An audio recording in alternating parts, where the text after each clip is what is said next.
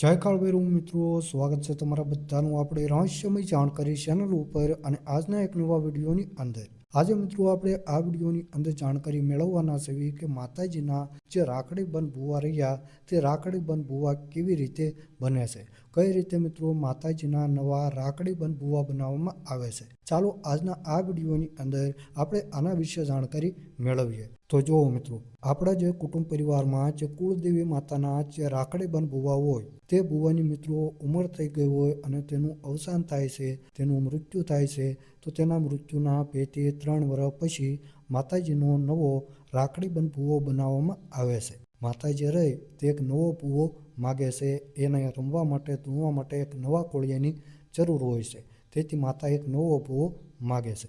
તો મિત્રો એના માટે પહેલાં તો માતાજીનો પાઠ નાખવામાં આવે છે, તાણાની મદદથી માતાજીની સાથે વાતું થાય છે, માતાજીને પૂછવામાં આવે છે, માતાજીની રજા લેવામાં આવે છે અને માતાજી મિત્રો જે સમય કહે પછી એ સમયે માતાજીના નવા રાખડીબંધ ભુવા બનાવવાનું જે કામ રહ્યું તે કામ કરવાનું હોય છે.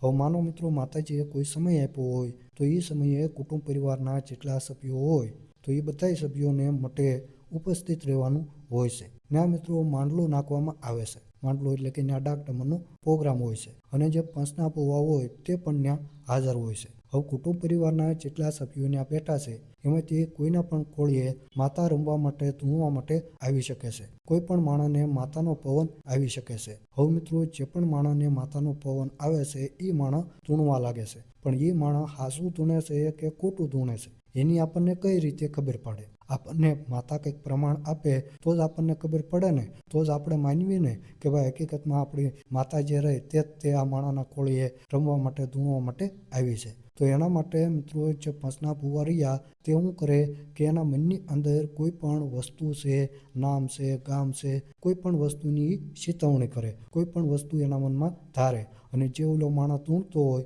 એને કહે છે કે હે માડી, જો તું હકીકતમાં આ માણાના કોળીએ આવી હો તો અમને તું પ્રમાણ દે. મેં મારા મનની અંદર એક વસ્તુનું નામ શીખવું છે, એક વસ્તુ મેં મારા મનની અંદર ધારી છે, એ કઈ વસ્તુ છે એ તું અમને કહી દે તો અમને પ્રમાણ મળી જાય. અને ઓલો જે માણસ ધૂણતો હોય એ ધૂણતા કહી દે કે ભુવાજી તમે તમારા મનની અંદર આ વસ્તુની ચેતવણી કરી છે, એટલે એને આ જેટલા માણસો બેઠા હોય એ બધાને પ્રમાણ મળી જાય કે આ જે માણસ ધૂણે છે એ ખોટું ધૂણતો નથી, એના કોળીએ હકીકતમાં માતા રમવા માટે ધૂણવા માટે આવી છે. એના હિસાબથી માતાએ પેલા ભુવાએ એના મનની અંદર જે વસ્તુની ચેતવણી કરી હતી જે નામની, એ નામ એને કહી દીધું. આવી રીતે મિત્રો એક પંચના ભુવા નહીં, 2-3 પંચના ભુવા જે રહ્યા તે માતાની પાસેથી પ્રમાણ માગે છે, પાકું કરે છે, જેથી મિત્રો બધાય જે માણસો રહ્યા તેને પ્રમાણ મળી જાય છે કે ભાઈ આ માણસ ખોટું ધૂણતો નથી, આના કોળીએ હકીકતમાં માતા રમવા માટે ધૂણવા માટે આવી છે. ત્યાર પછી મિત્રો એ માણસને ભુવો બનાવવામાં આવે છે, એને રાખડી બાંધવામાં આવે છે,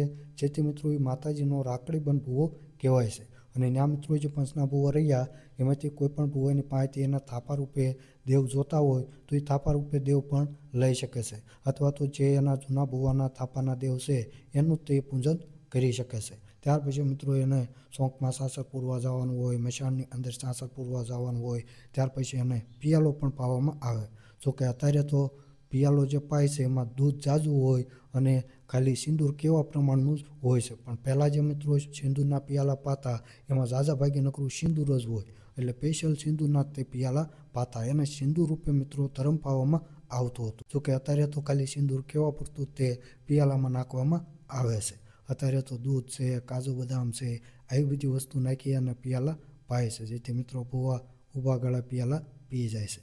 તો મિત્રો આ હતી જાણકારી કે ભાઈ માતાજીના નવા રાખડી બંધ ભુવા કઈ રીતે બને છે, કેવી રીતે માતાજીના નવા ભુવા બનાવવામાં આવે છે એની જાણકારી. તમને આ વિડીયો કેમ લાગ્યો, આ જાણકારી કેવી લાગી તે તમે કમેન્ટમાં લખી અને જણાવજો.